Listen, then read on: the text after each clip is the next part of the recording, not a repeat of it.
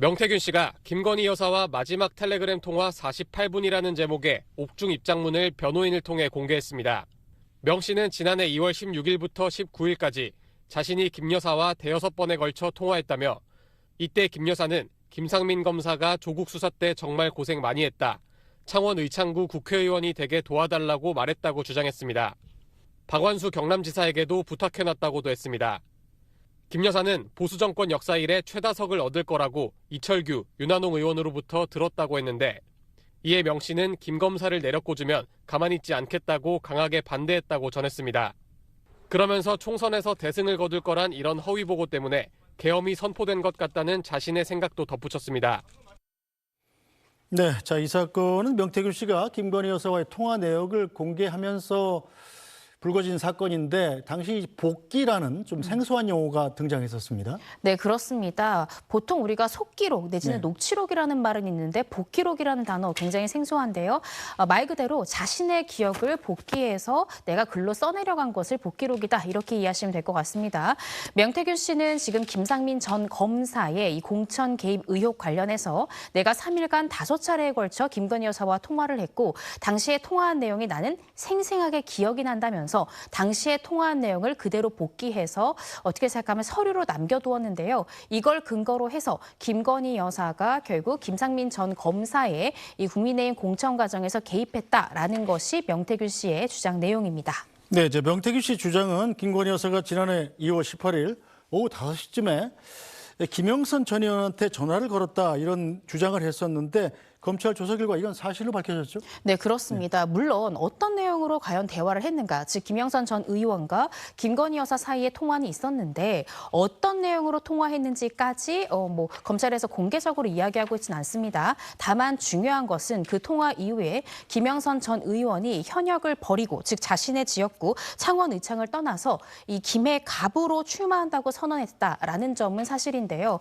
따라서 지금 계속해서 명태균 씨가 주장하고 있는 김영선 전 의원이 현역구를 떠나서 이 김해 갑으로 출마하게 도와달라라는 부탁을 받았다.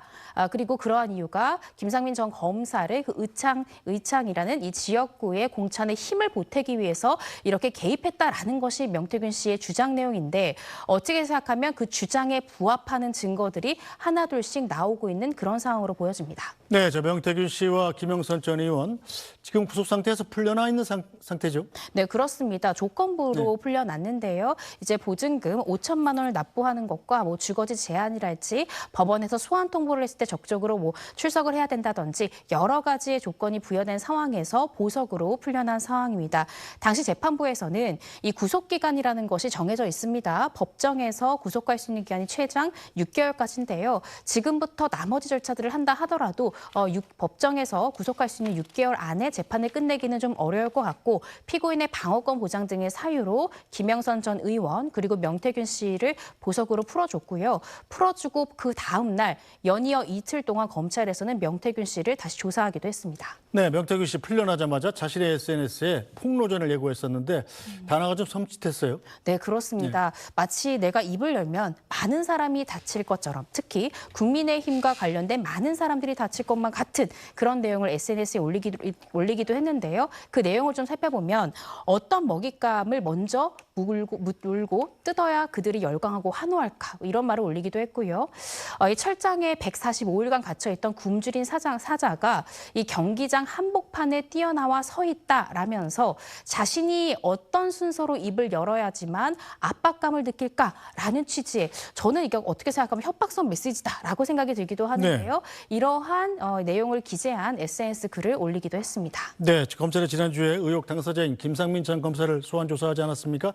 일각에서는 이걸 김건희 여사에 대한 전 단계다. 소환 조사에 대한 이렇게 보고 있던데요. 네, 저도 분명히 전 단계라고 생각이 들고요. 이미 검찰에서는 사실은 몇 달 전부터 김건희 여사에게 조사가 필요하다라는 점을 변호인을 통해서 전달을 해둔 상황입니다. 그런데 김건희 여사에 대해서 조사하기 전에 관련자들에 대한 인적, 물적 증거를 최대한 확보하고 있는 전략을 쓰는 것으로 보여지는데요.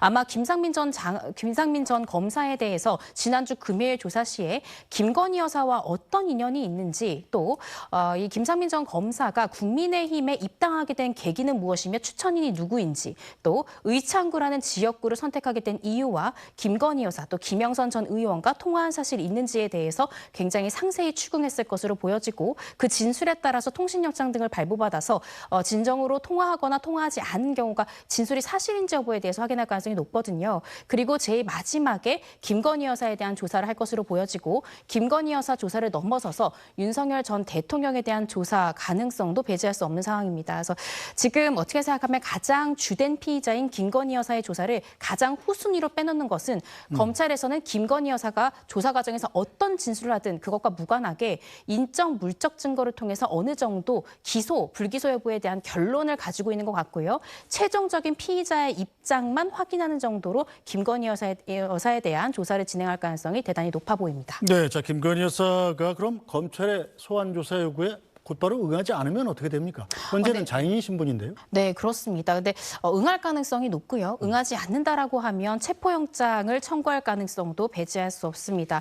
일부 보도 내용에 따르면 이미 검찰에서는 수개월 전부터 김건희 여사에게 소환 통보가 이미 이루어졌고, 조사의 필요성에 대해서 변호사를 통해서 이미 전달했다라고 하는데요. 그렇다라고 한다면 조사를 준비할 수 있는 충분한 시간적인 여유가 부여가 됐기 때문에, 그럼에도 불구하고 정당한 이유 없이 2회 이상 불출석하는 경우에는 수사기관에서는 체포영장 청구 여부도 아마 진지하게 고려할 가능성이 높습니다. 네, 자 김건희 여사가 연루된 다른 사건에 대한 수사는 어떻게 진행될까요? 예를 들어서 뭐 도이치모터스 사건이라든지요. 네, 그렇습니다. 이 도이치모터스 사건, 또 명품백 수수 사건 관련해서 검찰에서 불기소 처분을 했습니다. 당시에 수사했던 검사 3인에 대해서 탄핵 심판 청구까지도 됐었는데요. 당시에 헌법재판소 또한 이 검사 3인에 대한 이 탄핵 심판 청구를 받아들이진 않았지만, 그 수사 과정이 과연 적정했는가, 그리고 수사가 신속하고 정확하게 이루어졌는가, 그 부분에 대해서는 다소 의문이다라는 표현을 하기도 했습니다.